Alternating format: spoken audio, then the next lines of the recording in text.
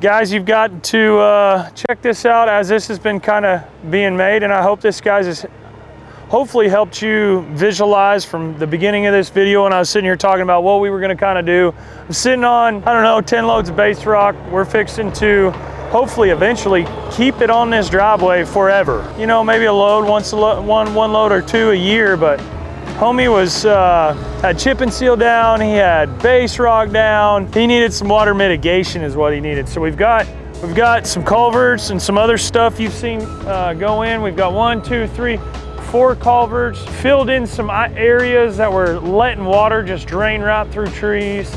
And we're really forcing that water to these culvert points. As you can see, Sambo working behind me, all this kind of corner lot area, we've regraded that it comes in, catches in, collects into our spot, trucks across the road. You don't want that water just zooming across your driveway. It carries the base with it, I promise you. So let's check it out. So like I told you guys, this kind of area right here behind me was actually just built up over the years and just even with the grade of the road, driveway. So essentially everything just drained right on top of the drive, carried a little rock with it every single time it rained across the drive, or it would come across, hit the middle of the driveway in that little crown, and it would just sit there in the one lane. And then as you drive across it, you start making potholes, right? All this area, we really wanted to stop the water here before it ever got to the drive.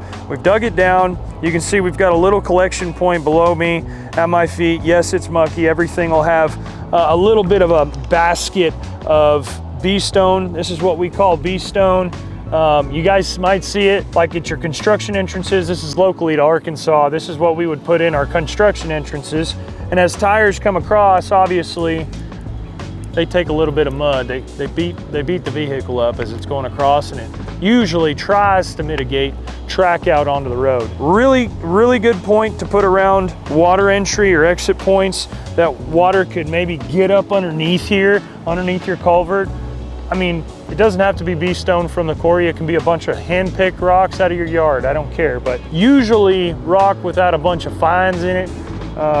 You really want about 4-inch plus size rock, about fist size, right? And this kind of stuff, it's not terribly small, but a good mixture point.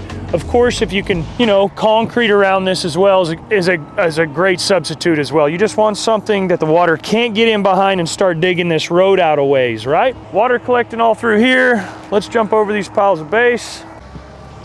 So on this side, you can tell the boys have packed in bee stone back in here. They've just laid some base across. Obviously, this is nowhere near final. They'll be getting everything else shaped up. We've got all our culverts in, but you saw the entrance of where all that water started to collect on that side of the driveway. And this is where it's gonna exit, and it's got a nice exit point. As you can see, grade's falling all the way around there, and we've got kind of a bold holler right in here where all that water's gonna run off into. Everything on this side of the road should find its own path of least resistance down into the holler. And then eventually, if customer wants to do anything on this side, we can also attach onto here and keep on rocking and rolling. So, man, this looks so good though. Let's go check out the yard. This little bit of bee stone entrance right here. Obviously the guys aren't done with it. All these little areas, like I just said up there, as this has been coming down, we've got a nice, easy carry drain, and we're gonna build the road, the driveway up 4 to 6, maybe 8 inches.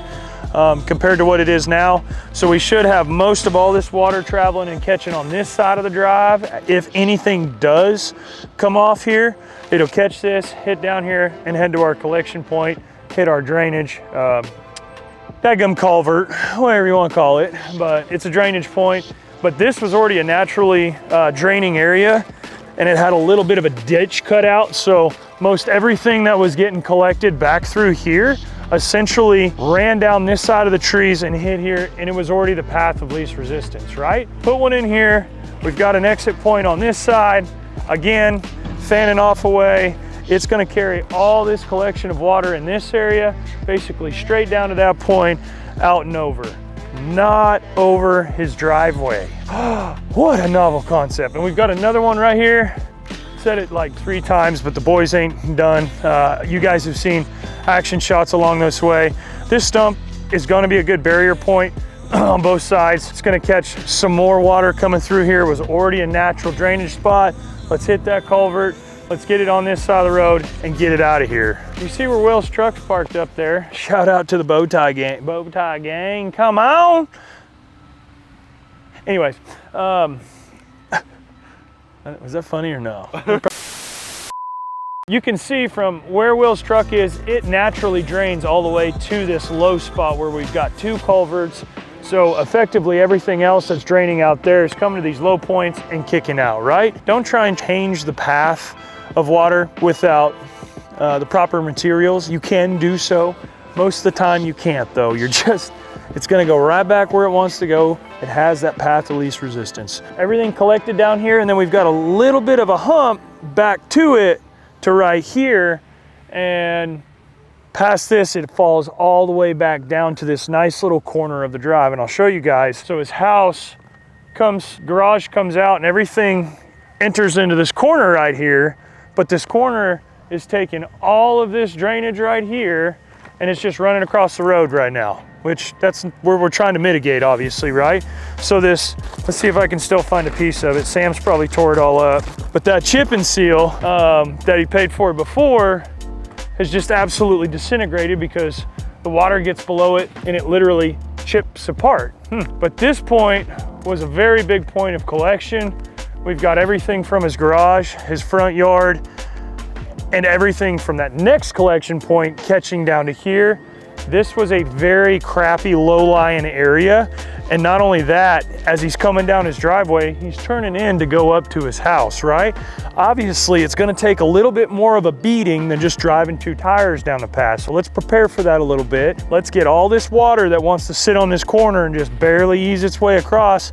Let's get it caught right there, deal with this up here before we get to the top coat of whatever we're trying to do, okay? Get that water across, get it off of you. I don't know if I've made my point yet or not, but stop draining water across your driveway and wonder why you have ruts in it and you can't keep no rock on it. Can't wait to see a top coat of actual base rock on it. And you guys got to see, from what I hear, Will's been out here just about every day catching a little sneak peeks of progress for you. So you guys actually got to see this one all the way through, small little weekly project. I miss these. This one's not too far from the shop, but I truly miss these projects. A lot less stressful. A lot less stress to deal with. A couple of guys, if they know what they're doing, lay them out a good plan to where they're going and what you need done, answer the questions and let them go to work. Check on them, but those questions, you gotta get them questions answered quickly, especially from Mr. Osambo. It's looking good in town, guys. Man, we have so much on the go, like me especially. I can't even explain to you. Like, this is my moment of breath, is to talk to you guys and come out here and film. This is, so truly, I'm really enjoying this. I hope you guys are enjoying it as much as I am. And if you will, if you're learning it all, if you're enjoying the content, like the video, it helps the channel so much. Or drop us a nice comment down below. Maybe give it a share to one of your favorite socials. I know a lot of folks have problems with private driveways, gravel driveways, and what you can do to prevent such, right? So I hope this video helped you guys out. Our merch link is down below. Our OG merch is fixing to be out the door. I know I've said it for a couple videos, but I want to make sure everybody understands, so they're not like, where'd that one sweater go? I was fixing to be gone. Straight up OG gear. I've actually heard from a couple folks. Oh, look at this.